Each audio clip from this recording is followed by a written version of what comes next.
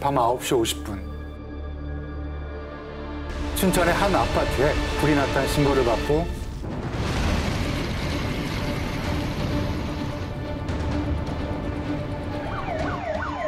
몇 분 만에 소방대원들이 도착했습니다. 말아라!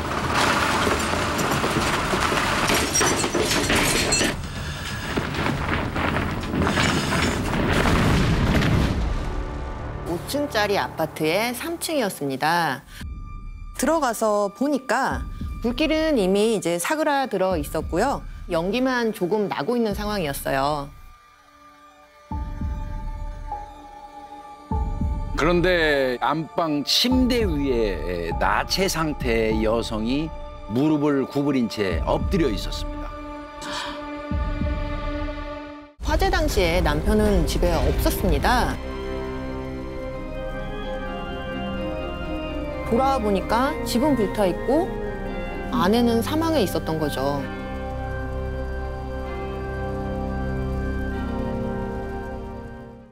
V자 화재 패턴이 발견됐습니다. V자 화재 패턴이 뭐예요? 불이 나면 일단 열이 발생을 하고요. 그로 인해서 발생한 연소 생성물은 올라가면서 옆으로 퍼져나가게 됩니다. 이때 벽이나 수직면에 V자 모양의 연소 패턴이 나타나게 됩니다. 이런 경우에 V자 모양의 맨 아래쪽 요것이 최초 발화 지점이 되겠습니다. 최초 발화 지점에는 형체를 알 수 없는 타버린 물건이 있었는데요. 전기 히터입니다.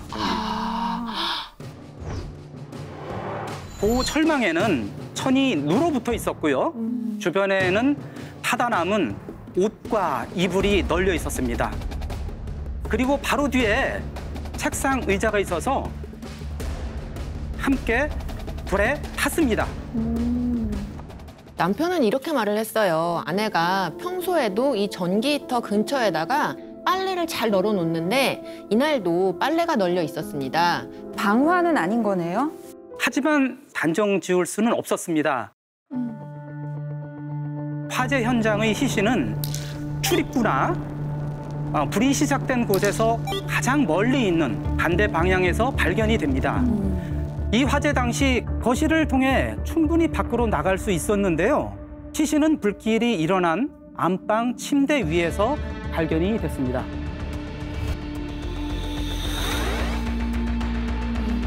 (20년) 넘게 화재 조사관으로 일을 했지만 이런 자세로 사망한 시신은 처음 봅니다. 그러게 참. 충분히 탈출할 수 있는 화재 현장에서 피해 여성이 사망을 했고 그 자세가 굉장히 특이했다는 것, 이것이 가장 큰 의문점입니다. 누군가가 침입하는 적이 있는지 봐야 하지 않을까요? 현관문도 잠겨 있었고 외부 침입 흔적도 없었습니다. 그런데 그 집에 누군가 들어가는 것을 본 목격자가 있었습니다. 아래층 사람이었습니다. 퇴근해서 집에 가는 길에 한 남자가 아파트 입구에 오토바이를 세워놓고 그 집으로 올라가는 거를 봤다고 했습니다. 바로 사망한 여성의 남편이었습니다. 남편은 집에 없었던 거 아니었나요? 남편이 이렇게 얘기했어요. 당구를 치다가 잠깐 집에 와서 아내와 성관계를 하고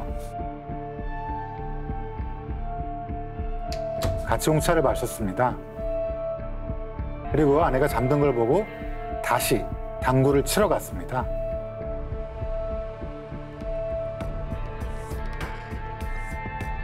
집에 머문 건 30분에서 1시간 정도 됩니다. 경찰은 남편을 유력한 용의자로 지목을 했습니다. 남편이 집에 머문 시간 동안 아내를 살해하고 그 흔적을 지우기 위해서 방어한 것으로 이렇게 추정을 한 겁니다. 부검 결과는 어떻게 나왔어요? 기도와 기관지 내에 그을음이 가득 차 있고 혈액 중에 일산화탄소 헤모글로빈 농도가 46%로 검출됐습니다. 상당 시간 연기를 들이마셨다 결국 불이 났을 때 이분은 계속 호흡했다는 걸 알 수 있습니다. 불이 났을 때 살아 있었네요. 그럼 남편이 부인을 죽인 게 아니군요. 결정적으로 이 화재를 조사하던 중에 이 머리카락 형태의 잔해물이 발견이 됐어요. 전기 히터에 머리카락이 탔고 아내가 침대로 기어 올라가서 엎드린 자세로 질식사한 것이다. 이렇게 본 거죠. 경찰은 사망 원인이 화재로 인한 질식사로 판단되었기 때문에 이 사건을 내사 종결했습니다. 그런데 의식이 있었다면 왜 바깥으로 나가지 않고 침대 위로 올라갔을까요?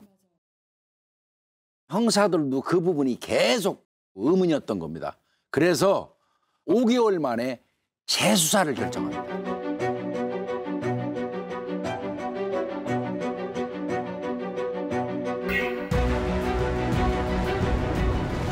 새로운 증거를 찾을 수가 있을까요? 화재 현장 사진과 기록으로 화재 감식 전문가에게 재검토를 의뢰했는데요. 전문가는 사진 한 장에 주목하게 됩니다.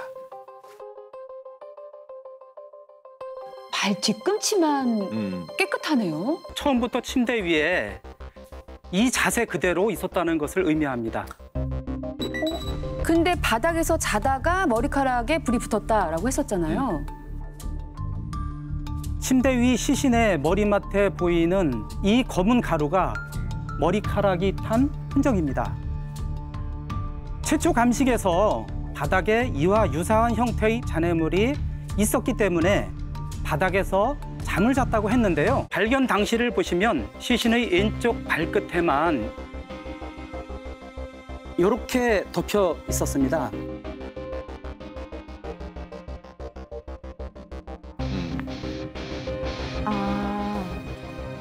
불이 났을 때 움직였다면 발 뒤꿈치에도 그름이 묻었어야만 합니다. 불이 났을 때 움직이지 않았기 때문에 이불 위에만 그름이 묻었고 이불로 덮여 있었던 발 뒤꿈치에는 그름 피해가 전혀 묻지 않은 것입니다. 그럼 바닥에 있던 불에 탄 머리카락은 뭐예요? 이불 속에 인조솜과 같은 물질이 탄화가 된다면 머리카락처럼 보일 수도 있습니다.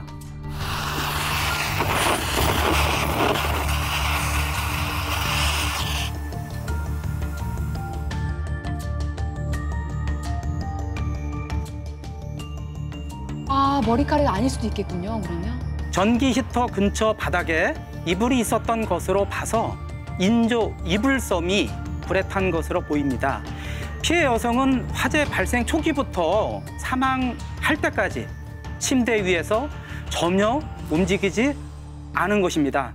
부검 결과 분명히 호흡을 하고 공기를 들이마시고 있었잖아요. 그게 미스테리네요. 피해 여성의 남편은요. 자신이 외출하기 전까지 아내가 멀쩡했다. 이렇게 주장을 해요. 성관계가 끝나고 나서 아내가 화장실로 가서 질세정제를 사용할 정도로 평소와 다름이 없어 보였다. 부검 결과 정액에서 나오는 성분이 양성으로 나와서 그건 분명한데 남성 DNA가 극소량이라서 검출이 안 됐습니다. 남편이 주장한 것처럼 질세정제를 사용한 경우 성관계를 해도 남성 DNA가 검출이 안 될 수도 있습니다. 그리고 남성이 정관 수술했거나 무정자증 또는 저정자증일 때도 검출이 안 됩니다.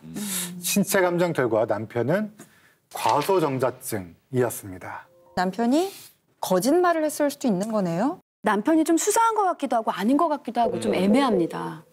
경찰은 모든 가능성을 열어두고 주변 사람들에게 이 부부에 대해서 물어보기 시작합니다. 피해 여성은 23살 어린 나이에 결혼을 했는데요. 남편인 김양구는 44살이었어요. 그러니까 2번 이혼했고 이번이 3번째 결혼이었습니다. 피해 여성은 캄보디아인이고 이름은 보파였는데요. 남편과는 국제결혼 중매업체를 통해서 만나게 됐습니다. 화재가 일어난 날 친구 집에서 국수를 먹었다고 하는데요. 그런데 친구는 그날의 화재가 너무 이상했다고 얘기를 해요. 보판은 아주 깔끔한 애였어요. 집에 가면 항상 깨끗하게 이렇게 정돈이 되어 있었거든요. 빨래는 베란다 건조대에 널었고요. 겨울에도 전기 히터를 틀지 않는 사람이 3월 중순에 히터를 틀었다는 게 이해가 안 된다는 거예요. 네, 이상한 점 또 있었어요. 보파 씨는 평소에 반바지와 티셔츠를 입고 잤다고 합니다.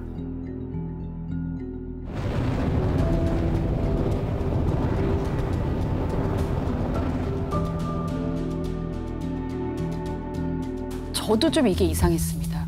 속옷까지 다 벗고 잔다? 요거 좀 흔치 않거든요. 추워서 맞아요, 전기 이게. 히터를 틀었는데 실오라기 한 장 걸치지 않고 있는 것도 앞뒤가 안 맞는 것 같아요. 아내가 사망한 뒤 이 남편의 행적이 좀 수상했습니다. 아내의 친정인 캄보디아에 가서 처가 식구들한테 3천만 원을 준 겁니다. 주면서 남편 김양구가 처가에게 달라고 한 게 있었다고 합니다. 뭐 맡겨둔 게 있었나요? 달라고 한 것은요.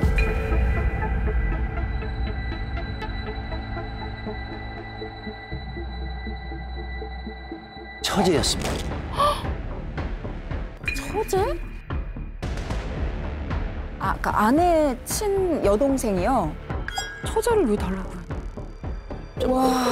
원래 처제를 사랑했다 뭐 이런 막장 드라마는 아니겠죠? 돈을 주고 처제를 사겠다 이것도 좀 이상하긴 한데요.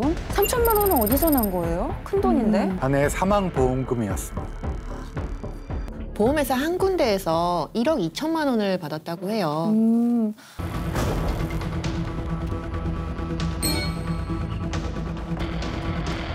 어느 날 그 20대 젊은 여성이 보험금을 청구를 하려 회사로 찾아왔습니다. 수익자는 김양구라는 분이었고요. 딸이 대신 그 보험금을 청구를 하러 왔었습니다. 김양구가 세 번째 결혼이잖아요. 전처와의 사이에서 낳은 딸이 하나가 있었던 거죠. 배우자가 사망을 하게 되면은 배우자가 거의 99% 보험금을 청구를 하게 돼 있습니다. 근데 딸이 대신 왔길래 좀 이상하다. 그렇게 생각을 하긴 했습니다. 이미 그 다른 보험회사에서 사망보험을 받았길래 뭐 큰 문제는 없겠지. 그렇게 생각했었는데 화재 현장의 시신 사진을 봤는데 너무 그 충격적이었습니다. 사고가 아닌 사건일 수도 있겠다. 그래서 다시 면밀히 살펴보기 시작을 했습니다. 아우야. 몇 개예요? 보험이 한두 개가 아니네요. 결혼을 하고 5개월이 지난 시점부터 6개 보험회사에서 그 아내 명의로 집중적으로 생명보험을 가입을 했습니다. 총 12억에 가까운 금액이었고요. 김양구는 기초생활수급자로 해가지고 받는 수입이 50만 원이 전부였고요. 그중에서도 무려 42만 원을 보험료로 납부를 하고 있었습니다. 아내의 생명보험에 이렇게 집착한 걸 보니까 정말 수상하네요. 가정이 있으면 생활비가 필요할 텐데 이건 어떻게 마련한 건가요? 주변에 있는 사람들도 얘기했나 봐요. 너도 일을 좀 해야 되지 않겠어? 그럴 때마다 김양구가 했던 말이 입원하면 되지. 일당이 30만 원인데. 김양구는 4개의 보험회사에 입원 일당을 그 중복으로 받을 수 있는 그 특약보험에 가입을 했었습니다. 그리고 그 가입한 지 나흘 만에 뇌경색 진단을 받고 총 14회 307일을 입원을 해서 무려 보험금을 6천만 원을 수령했습니다. 김양구가 진단받은 뇌경색 질환은 사실 경증이에요. 의사한테 자주 만나서 뭐 약 잘 먹고 이런 건데 입원한 거예요. 보험 사기꾼이 직업이었네요.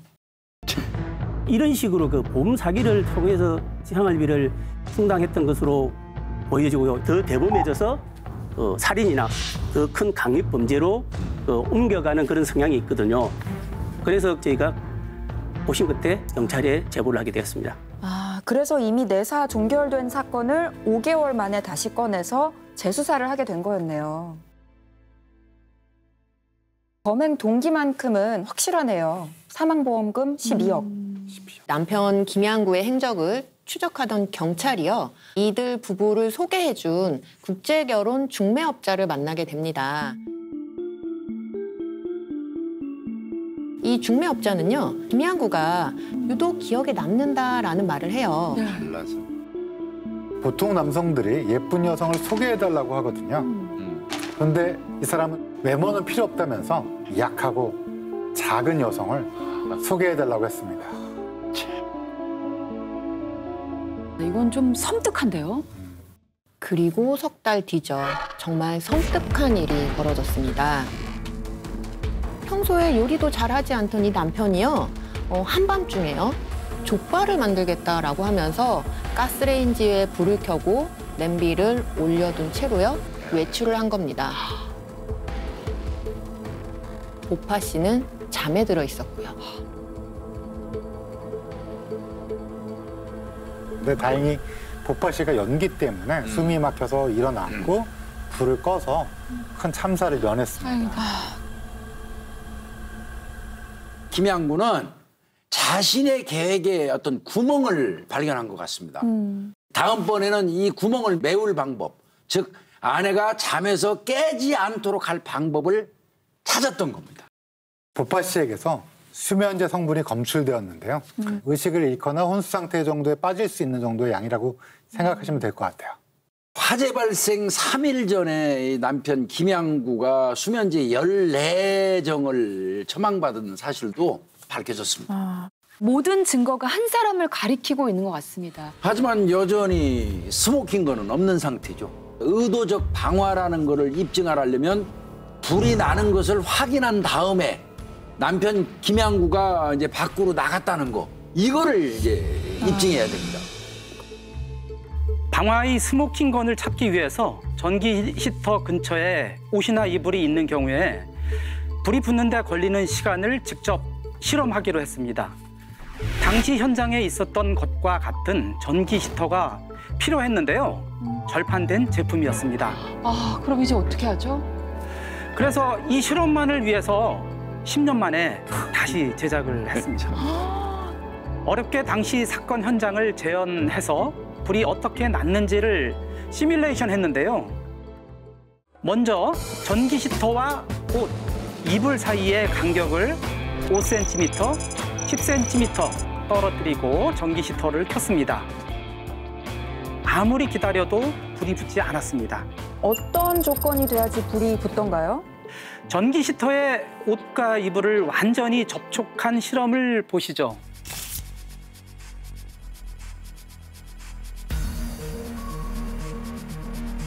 연기가 나오네요. 1분 만에 연기가 났습니다.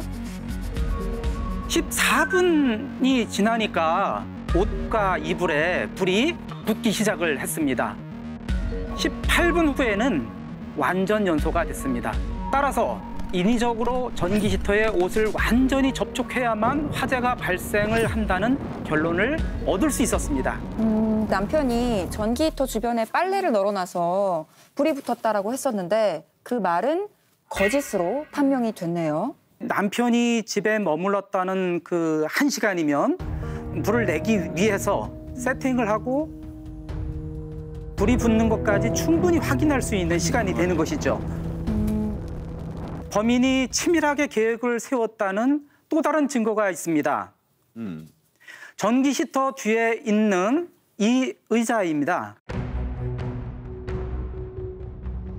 전기 히터는 넘어지면 이렇게 꺼집니다. 안전을 위해서 전원을 자동으로 차단하는 스위치가 있기 때문입니다. 그래서 범인은 전기 히터가 넘어지지 않게 하기 위해서 이와 같이 전기 히터 뒤에 의자를 놔둔 것입니다. 불이 꺼질까 봐 대비를 해놓은 거네요. 남편이 연출해놓은 화재 현장은 이 보험 살인극의 스모킹건이 되었습니다. 사건이 발생한 지 1년 만에 드디어 화재의 진실이 밝혀진 것입니다. 그런데 왜 보파 씨는 그날 옷을 입지 않은 채 숨졌을까요? 당구를 치다가 온 남편은 보파 씨에게 수면제를 탄 차를 먹이고 성관계를 합니다. 보파 씨는 성관계 도중에 약기운 때문에 의식을 잃은 것으로 추정이 됩니다. 살해 직전에 성관계를 한다는 게 도무지 이해가 가지 않습니다. 화재가 발생하기 전에 성관계를 했다? 라고 한다면 우리 부부 사이는 원만하고 좋은 사이였다. 이런 것들을 강하게 어필할 수 있는 내용이기도 하거든요. 나는 아내한테 위해를 가할 그렇죠. 그런 사람이 아니다. 쓰레기다 진짜. 하나 더 붙인다 그러면 당구 치다가 중간에 들어오는 일은 없거든요. 끝나고 들어오면 들어왔지. 이제 그 구실을 아마 갖다 붙이기 위해서 성관계로 위장한 것 같이 보이고요. 불이 붙는 거를 본인 눈으로 확인을 한 다음에 당구장으로 간 겁니다. 보파 씨는 수면제 때문에 깨어나지 못한 거죠. 화재랑 그 열기가 어느 정도 진행된 시점에서는 아마 깨어났을 가능성이 있다고 봅니다. 느꼈을까요?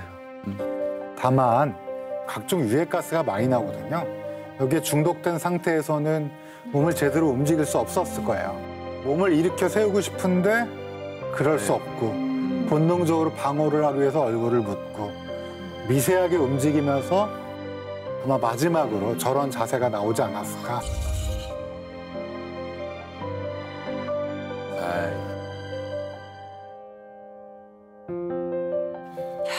마지막 숨 쉬는 순간까지 너무 힘들고 고통스럽게 세상을 떠나셨네요. 처음부터 이런 마음을 먹고 그 중매업자에게 약한 여성을 찾아달라고 했다는 게 너무 악랄하네요. 재판 결과 어떻게 나왔나요? 국제적으로 중대한 문제를 야기시킬 수 있을 뿐만 아니라 결코 용납될 수 없는 비인간적인 행위이다. 재판부는 20년 징역형을 선고했습니다. 얼마나 답답하고 얼마나 외로웠을지 죽음까지도 그 진실이 화재 속에 묻힐 뻔했는데 그나마 뒤늦게 진실이 밝혀져서 다행입니다. 내사 종결된 사건을 다시 꺼내가지고 수사한다는 건 정말 쉽지 않거든요. 남편이 수년간 청구한 보험이 허위였다는 거를 밝히기 위해서 뭐 약 한 300여 개 정도의 병원 관계자들을 만났고요. 재수사를 꼼꼼히 한 7개월 동안 열심히 했거든요. 그 노력이 억울한 죽음을 또 밝혀내고 진실을 밝힐 수 있었다 이런 생각이 듭니다. 우리나라에 거주하는 외국인 주민 수가 총인구 대비 4.89%인 250만 명을 넘어섰습니다. 5%를 넘어서면 그때부터 다문화, 다인종 국가라고 분류하는데요. 우리나라도 이제 얼마 남지 않았어요. 그렇다면 국제결합 또는 외국인을 이용한 범죄가 다시는 이렇게 활개를 치고 일어나지 않도록 고민을 하고 구체적인 대책을 마련할 때가 왔다.